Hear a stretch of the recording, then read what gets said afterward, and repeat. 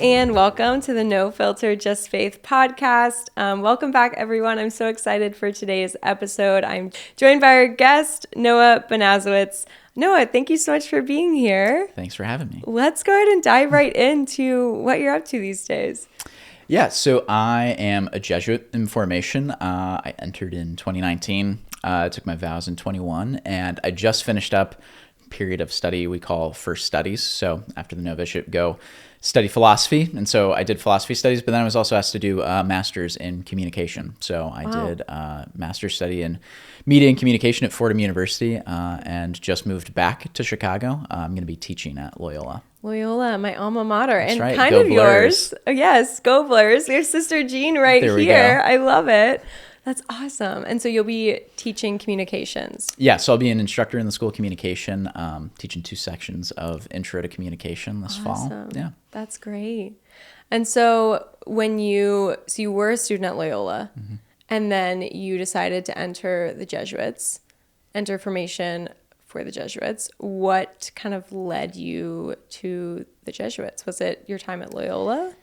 Yeah. So, I mean, yeah, I think Loyola was definitely a stepping stone to the Jesuits, and like the discernment of becoming a Jesuit was part of the decision to go to a Jesuit university. I was born and raised Catholic, but never grew up with, I only knew diocesan priests. So I knew like monks and nuns existed, but I thought it was like in France and Italy. Yeah. And that was it. Yep. And couldn't name like any orders. And so I have one older brother, and he ended up going to Fordham University, another Jesuit university.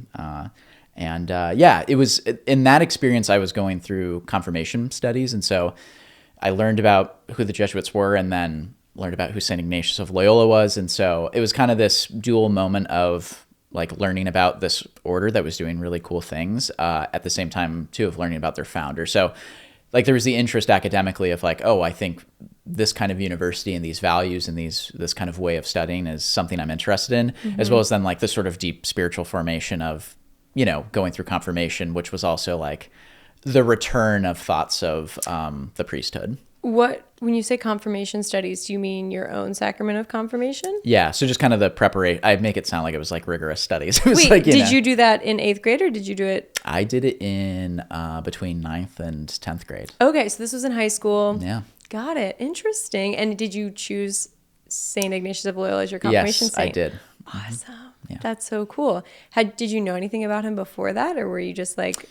No, I think that was part of the thing was, so I had, you know, again, was born and raised Catholic, but had a sort of even reversion experience isn't the right way to call it, but like just had a deepening of my faith where, you know, at the end of towards the end of 8th grade, in that year, I'd actually gone on like a diocesan youth retreat, and I had a friend who, you know, they were doing kind of like a big time for confession, and I had a friend at my parish who was like, I'm going to go to confession, do you want to come with me? And it had been a while since I'd been, and I didn't want to be the bad Catholic who said no to going to confession. So I went, and I was like terrified. And I'm in this long line, and I'm just terrified because like I haven't been in forever.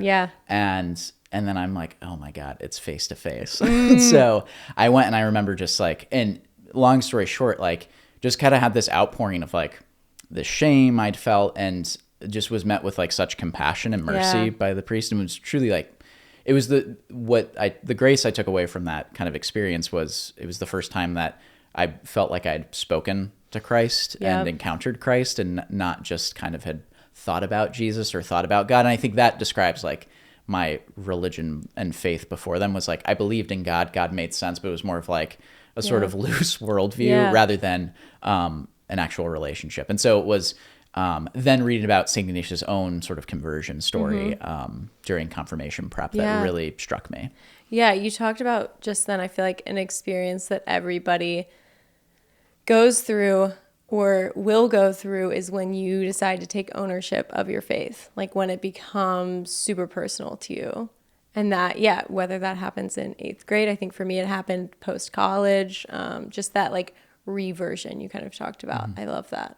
Okay, so you chose St. Ignatius of Loyola, and then throughout high school, were you just like learning more about him and then wanted to go to a Jesuit school? Yeah, so I kind of started like got on a big kick of, I was praying more regularly and kind of, I think like most people, like you start looking for what like is feeding you during that time. I probably wouldn't have used those words. This is kind of in retrospect, like recognizing what was happening kind of in my heart and in my mind at that time. But so I just fell in love with, read, his sort of, I read St. Ignatius' kind of autobiography, which is a little wild at times. But, and then what was really helpful was reading books about Ignatian spirituality. So I remember reading The Jesuit Guide to Almost Everything, a book by Father Jim Martin. Yes, and I bought that book. I haven't yet to read it, but I'm excited. So, okay, cool. Yeah, and then other books on the Jesuit saints and Ignatian spirituality, and just felt really inspired by that. And I think, the thoughts of the priesthood had sort of come back, and because I had great priests as a kid, and there's actually a picture of me in first grade at career day dressed as a priest. No way. And it was so I went to public school. So wow, that's awesome. My mom has since told me, she's like, I thought you were gonna get your butt kicked at school. But so there's a picture of me in first grade with a really bad haircut, and I'm wearing like, I think it was like the tunic that my brother wore in like one of the like nativity plays that our parish had put on.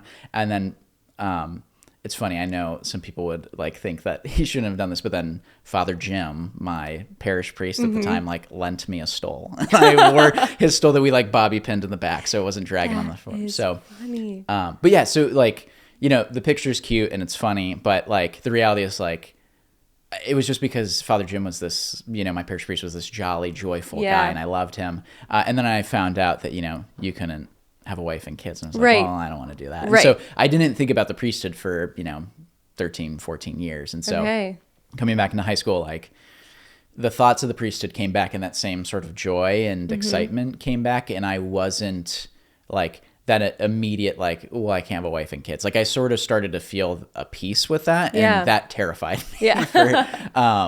And so then I was just kind of chewing on that. And I think there's a lot of things converging, but then thinking about like being a priest as a Jesuit, or just doing kind of ministry as a Jesuit, like seemed to enliven and deepen that piece. Wow. Yeah. That is awesome. And so you were studying accounting at Loyola. Correct. And then you just said, I think it's time that I go into formation. So where did you go from there? Yeah. So I entered the novitiate I joined the Midwest Province. I'm from Virginia Beach, Virginia, but being at Loyola, I just got to know Midwest Jesuits really well. And it's not like you enter the global society. Yeah. So like I've just returned back to the Midwest after 4 years outside of the Midwest Province. So, but yeah, and part of that was like, I always make a distinction when I tell people, because people are, I said this to you earlier, was that, people say like, oh, you were studying accounting and then you found God and wanted to enter. It's like, no, I really enjoyed accounting, as weird as that sounds. And I had a really cool internship that like was doing accounting that didn't feel like some sort of life-sucking experience. And I had great friends at Loyola. I had, I played club volleyball. I was part of campus ministry and Christian life communities. Like I loved my time at Loyola, and that was just like, despite all those good things, there was still sort of this like inability to shake the desire to enter the novitiate. And so, that's kind of the spark notes to a lot of life and prayer that happened. But yeah. So today I figured we could talk a little bit more about prayer, because that's something that I love learning about from the Jesuits and Ignatian spirituality. So what is as a Jesuit information, like what is the daily prayers that you do either together or on your own? What does that sort of look like?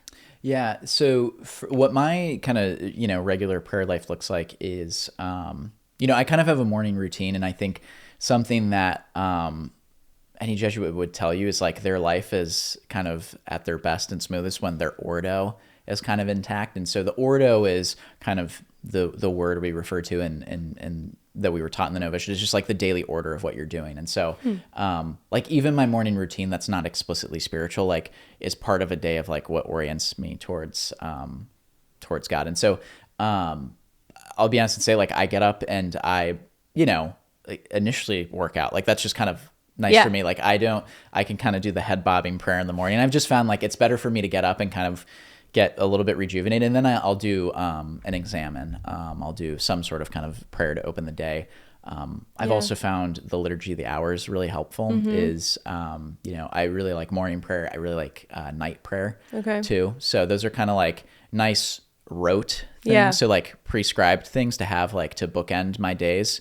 So it's usually like some sort of exercise, some sort of like morning routine. That could also be, it's not every morning. So I might have like a cup of coffee and then I'll do morning prayer. So it looks different. Okay. And then in terms of together, like that's actually a distinction between the Jesuits is, and that was actually like a little bit scandalous when we were first started, was that we don't pray the liturgy of hours in common. But the reason Ignatius asked us to do that was so that we would be more available for mission. So it was the idea of like, we were still making those prayers, but it was, we've got work to do. Yeah. Well, and that's not to say that like other orders and other priests don't have work, but it was the idea that like, okay. And, so this was like, as, the Jesuits who were, carrying their canoes through, this area back when the missionaries were here, they would do like maybe morning prayer in the canoe or in the, later at night. And so, and the idea was like availability and mobility was very important for Ignatius. So,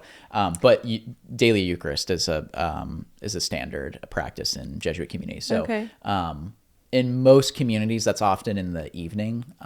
So because that just kind of works for most people's schedules. So we'll usually do evening mass together and then go into dinner together. So prayer can be, overall, I love, Father Peter once described it to me as an ongoing relationship with God. And I loved that because when you think of prayer as this ongoing relationship, it's a constant. It's not something that has to be done at a certain time. It's great if that is what it is, but it's something that you can bring into your entire day, into your activities, or it can be something where prayer is, you're alone in a quiet space, spending intentional time, talking to God. So how would you define prayer? Yeah. It's funny. I think like this is kind of a like marriage point of like, as a Jesuit and as somebody who like studies and teaches communication now, it's like any sort of, and this is going to sound maybe a little bit stale, but like any sort of like mediated experience, like with God. So like contact with God. Yeah. Because I think absolutely, when you think of prayer, you think of, mass, you think of sacraments, you think of like set aside time. But I do think like there is, I remember when I was applying to the Jesuits, and they would ask me what my prayer life was like. I remember describing, I said, there are moments though where I find myself like on the train, like thinking about God or thinking about my life in a deeper way. That's not like, there's sort of a deeper level, or sort of like heightened awareness, and not in some sort of like trippy way, but just like I'm kind of musing on things in a different way. And so I think for me, one of the ways I might describe it is like, it's the moment, like prayer is any moment where you kind of tap into like the recognition that God is always mindful of you. And then it's kind of the moment where you like allow like yourself to tap into that mindfulness. So whether it be a recognition of God thinking about you, of God seeing you, or you thinking about God, seeing God kind of in your daily moments, in your daily life. Right. It's that turning to God, in whether you can turn and you stay in that sort of dialogue for a long time. Like I think before I feel like I really integrated prayer into just my daily life, my like most favorite time to pray would be right after receiving the Eucharist at Sunday Mass. I felt like that was when I was like super intentional about prayer, and would always know that was a time when I was really going to focus on, okay, how am I showing up to this time of prayer? And I would always feel such great peace after that. And now it's like, prayer is something that I feel like I can't go an hour without turning to that dialogue with God, because it keeps me sane. Just to say, I was gonna sort of kind of not to cut you up, but ask you like how in like spiritual direction we as Jesuits would like, just because as soon as you were describing that experience of after mass, like I was going to ask you like, how would you describe that experience? And you using the word peace is like, there are different experiences that point towards God and like give us sort of a taste, if you will, of God's presence. But like peace is constantly, I think, the most universal like language or sound of God's voice. And it's actually particularly how Saint Ignatius of Loyola distinguishes like an experience between like of encountering the good spirit of a movement from God within my soul versus, you know, a movement of the evil spirit. Yeah. I feel like it's specifically after receiving the Eucharist and when I'm kneeling, it's peace, and it's also just like a lot of clarity in terms of like I can turn the noise down, and it really feels, and I love also at Mass how I know everybody around me is doing the same thing, or at least most people around me are doing the same thing. But it's like, I just love the clarity and the peace of that. And there was a time where I started going to daily Mass, because like when I really started cultivating a prayer life, because when you first start going to daily Mass, like it's almost, and I think I've talked about this before, about how there's a moment when Catholics kind of fall in love with the Mass, and it's part of that taking ownership of your faith. But it's like I started feeling a peace that was deeper than the peace that I had felt before, when I was at daily Mass the day before. And so I was like, okay, well, I need to go again because that was so nice. And the next day I was like, wow, even more peace. And so it's like, you really do, I started to feel the nourishment that we receive from the Eucharist, and then spending that intentional time in dialogue with God, or just, you know, talking to God. So yeah, I mean, it's like daily Mass is something that I really try to do as much as I can, because I just know that quiet time is some of the most intentional time that I have with God. But that's not to say that when you have a busy day, doesn't feel like there's a lot of time to be quiet, that you can't still have intentional time with God. I think that's something that we, have to kind of practice, is how do we bring prayer into everything that we do? Yeah. And I think the important thing is like, you talking about coming to a sense of peace, and the important thing is nourishment. And I've like, this has been something really important to me in recent years, of like both in my own prayer life, just as I've, matured through formation, and then also too, and like ministering to people, is constantly like trying to get people to become aware of that, and to search for that, is like what does actually nourish you. And so, I do think for some people, like daily Mass might feel intimidating or like a lot. And so I'll often suggest like try to find a day of the week, like maybe Wednesday mornings, like there's a time I can get to, and it like works for my schedule. Try that. Like, the daily Mass is not an obligation for everybody. It's an obligation for me as a Jesuit. Yeah. And so I recommend to people, it's like start, it's kind of like any, like even with exercise, even with like intellectual things, it's like start like with something reasonable so that you don't kind of fall off immediately. Totally. But I do think like this is what's important about different forms of prayers. I think sometimes there can be the temptation to think like, okay, well, I got to do adoration, I got to do the rosary, I got to do, Lectio Divina, I got to do imaginative prayer. And it's like, that's just a lot. Yeah. And those are all great things. And the reality too is like, if Lectio Divina does not really feed you, like that's okay. Like that's not, like you don't have to do that every day. And like I'll say, I know so many people where the rosary is a big devotion to them, and I've had great experiences praying the rosary, but it's not like a daily part of my prayer, because the examen and liturgy hours and Mass are kind of like those places where I find the deepest sense of nourishment. And so like that's just my recommendation on prayer, is, and something I found is like being comfortable with what feeds us, and what and in different times too, like in different seasons, when I'm on a silent retreat, like the rosary plays a different role in that too, because I have a little bit more time being quiet. So yeah. Well, and I feel like that is an important aspect. There's so many different spiritualities that each of us has a unique spirituality. And so figuring out like what prayer life is like works for you. That's why the saints are so amazing, because, there's so many different spiritualities that we can look to and be inspired by. And that's one thing I love about my Catholic faith is that, there's different models of how people find that intentional time of prayer. But I think the key takeaway is that there has to be some intentional time. Like prayer can be taken into anything. You could be praying 24/7 just by turning any activity you're doing into prayer. Mm-hmm.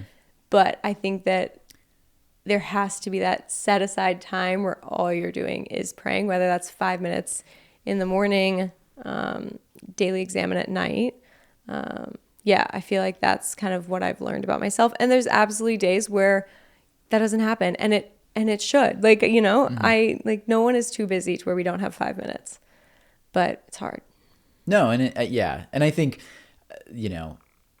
in the gospel, Jesus, when he's kind of his model and image of like the most authentic prayer is like you go into your room, you close mm-hmm. the door, and you speak with the Father. Yeah. And I think, in ministry, I've found this of like, I hear a lot of times like it's hard, and I agree. It's hard for me sometimes too. Like I go through periods of dry prayer. I go through periods of being exhausted from my mission or something, or even just like travel. Mm-hmm. Like there are days where it's hard, like as a human being, like physically or emotionally, like prayer can just be hard. And it is like, sometimes like that is the most beautiful prayer. And like the prayer that God wants from us is like, even when you are tired, and you're on the island, like letting your head kind of mm-hmm. be back and be like, I'm just tired, but I'm thinking of you. Yes. Like there's something profoundly beautiful about that. And sometimes we can just shut up, like I think that's what I really got to work on in prayer life is I feel like I need to be always talking.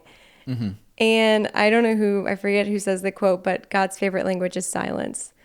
And that is something I am working on. But I think it's so important because you're right. There's times when our days have been go, go, go. Mm-hmm. And it's like we just need to sit still, be silent. But imagine how much more nourishing that time could be if we are being still and silent and acknowledging that we're in the presence of God. Yeah. We were joking earlier about mm-hmm. me using the phrase #not an ad. So this is #not an ad. But I've recommended to people, there's an app called Pray As You Go. And so it was started by the Jesuits in Britain. I just recently met the woman who's the director of it. And it's a phenomenal introduction to the exam and prayer. They're 10 to 13-minute prayers. And so it always begins with, and it's like, I've actually adopted it kind of into my practice of like a midday examine. And it's really great for like when I'm on the train or something and mm-hmm. I need to like not read an article or read something for work or work on an email or something. But it begins with kind of like, music, and that could be, they do a good job of like it being anything from like, might be, a chant, or it might be like more contemporary music, or it might be kind of more ambient music. And what it does is it actually takes the readings from the day and walks one through an examine of kind of doing an imaginative and contemplative prayer. But their big thing is it's like most of that time is silence. Like there's a little bit of ambient music to kind of, if you're on the L, like it might be a little tough to really imagine how Jesus looks in this particular scene as somebody's playing music, but and the train screeching by. But like I love that because it's like, the point there is like, I heard this great advice one time when I was getting ready to make my first silent retreat, actually, which was that the silence is a tool, not a rule. And this was, I like that. Silence is a tool, not a rule. Okay. Yeah. And so it was a very funny kind of, and it totally like humbled me and made me ready to like enter the retreat, because so this was before I was in application to the Jesuits, and there was an 8-day silent retreat. So kind of a big thing to do. And I'm there with other guys who are in discernment. Some guys are in application. And so like, it's great to meet those guys. And then like, it's time to, go into silence. And one of the priests who was, on the vocation team and leading it, he said, they were giving practical advice and also like telling us where, the restrooms and where other things were. And he says, the biggest thing I want you guys to take as you enter into this retreat is, the silence is a tool, not a rule. And his point in saying that, and it was just kind of funny, is he's like, if you need toilet paper, like, let us know that you need toilet paper. Yeah. Like, God's not going to be angry at you about it. And I think like sometimes we can be fearful of silence because it's like that practice of turning the noise down, or like, we've got some things we maybe don't want to think about, or we might be scared to kind of bring to light. And so I think like for me, that's what's cool about it. It's like the silence is not like some exercise of like, oh, I can do 8 days or 30 days of silence, or I can do an hour of silence. It's like, no, it's rather like, how do I use the silence as a way to deepen my prayer? Not as like some sort of like gung ho, like, And that makes me think in general, sometimes with prayer, I'll catch myself being like, oh, like I haven't prayed today. Oh, I'm feeling guilty. It's like, hold up, wait a minute. Like, it's like prayer is a tool, not a rule sort of thing. Like in the same way that prayer is something that nourishes us and that we need to turn to. God isn't mad at us or making us feel guilty when we forget to pray today. It like, is that well, I'd okay even say, say? Like, what's interesting about that experience is like what for me, in sort of, I always tell people like in Ignatian spirituality and like Ignatius' rules for discernment. So like consolation versus desolation is like the two biggest questions are always like, where's it coming from and where's it leading me to? So these experiences I'm having. So like you have that experience and sort of like my little like desolation red flags go up because I hear like, well, I'm feeling guilty or and sometimes I think there's a little bit of a distinction between guilt and shame, because like guilt can actually be like, if I've done something wrong and I feel guilty, that's like, and Ignatius even says like to be moved to sorrow, like for sinfulness is actually a movement of consolation because it leads us to a place where we're closer to God. Right. So like in this experience, I'd say like, I'm a little bit, skeptical of like, where's that coming from? Like, what's that voice that's speaking to it? But if that's leading me to like, I'm going to devote myself to prayer, like that, I would say sounds like consolation. That sounds like a movement from God and from the good spirit versus if it's like, oh my God, I just don't know how to pray. Like, I'm just going to give up. I'm like, a bad Catholic. Like, I don't know how to pray. Yeah. Totally. That's a really good point. But I think it goes back to turning to God anytime for a second, even if it's just sometimes when I don't have any words to say or I just need help, I'll just say Jesus in my head, or the Jesus prayer, Jesus Christ, Son of God, have mercy on me, a sinner. Yeah. So I think that it can be short, it can be long dialogue, it can be silence, but knowing that prayer is something that you want to have intentional time with, but then also making it interwoven into your day, because it is that ongoing relationship with God that we're seeking. Yeah. All right. Well, last question that I like to ask all my guests is, what is something right now that is fueling your faith? Yeah. It's funny. I'm in a period of transition. I just moved from New York to Chicago. I've been bouncing around with different conferences, different things, and heading downtown to like build my syllabus and prep my lessons for the fall. But in between that, I've also been like, and this sounds a little like a kind of clinical but is like there's been like a lot of networking.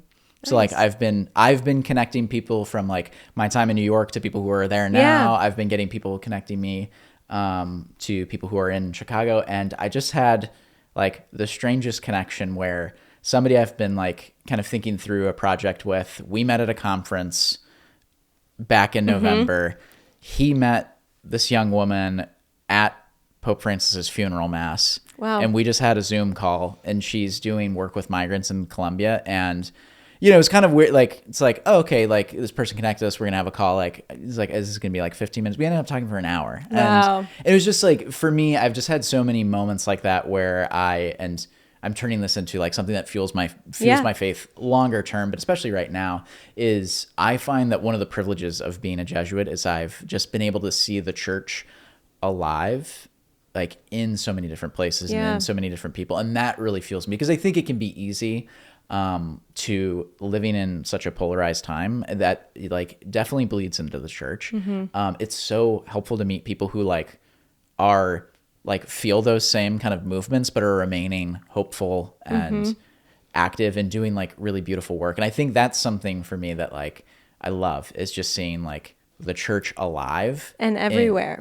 Exactly. So that's something that's really fueling my faith. That's awesome. Shout out to the people who made that connection. I love that answer. I love it. Well, Noah, thank you so much for being with us, and we're excited to have you around St. Clement more often.